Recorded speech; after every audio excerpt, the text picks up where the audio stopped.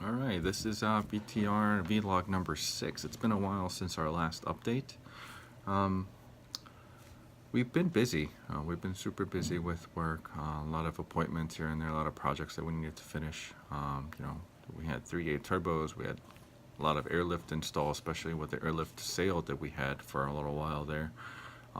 We had a bunch of ECUs to do, a lot of ECU tuning happening, from all the Hyundais to the Fords that we've been doing lately. From day to day, if you guys want to follow us, you can always follow us on Facebook or Instagram or even our Twitter account, and you'll be able to see, instant updates that per day, basically. As for the video this week, we are actually going to have some behind the scenes video from when we did our photo shoot at the Autobahn Country Club racetrack.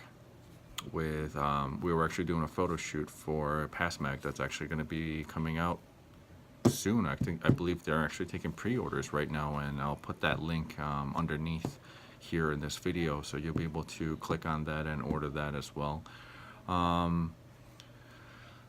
Let's get to the videos.